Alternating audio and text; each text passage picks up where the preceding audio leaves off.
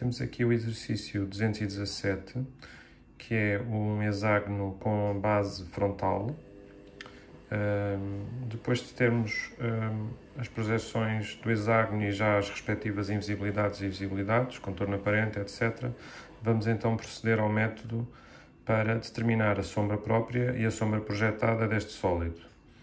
Portanto, o início é pelo ponto V, ou seja, pelo vértice do nosso sólido, vamos passar uma reta L, que neste caso do exercício tem a direção convencional, e vamos achar a interseção dessa reta L com o plano da base, que é o plano frontal neste caso. E já temos então o ponto de interseção da reta que passa pelo vértice do cone, da pirâmide, com a sua base. Este ponto I equivale a um ponto F, uma vez que a base é o plano frontal de projeção. E agora, o passo seguinte é, pelo ponto, vamos passar duas tangentes à base.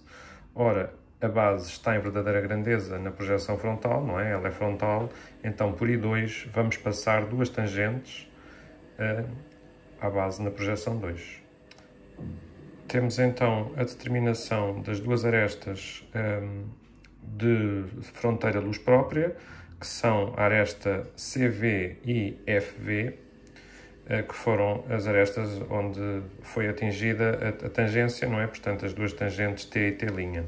Foi já feito também o preenchimento, então, da zona de sombra própria, quer na projeção frontal, na prática é metade do lado direito, que fica em sombra própria, e na projeção horizontal, que apenas se vê uma pequena parte que corresponde à face lateral CBV. O passo seguinte será, então, achar a sombra projetada das duas arestas luz-sombra, que, repito, são a CV e a FV.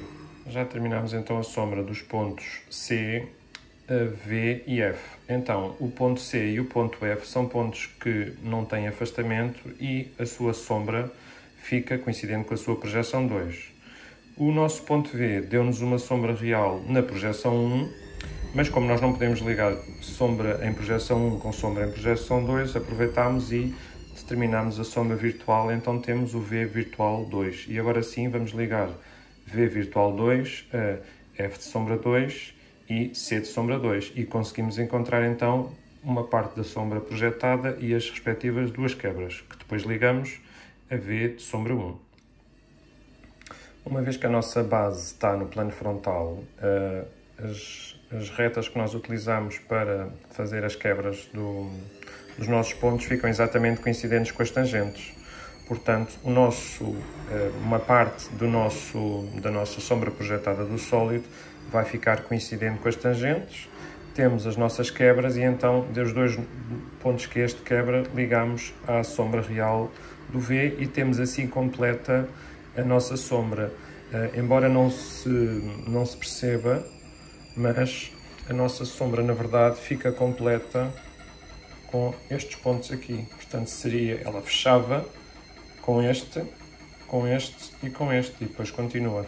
Neste exercício não temos, então, nenhuma invisibilidade, ou seja, a sombra projetada não tapa ou não é tapada pelas projeções do nosso sólido.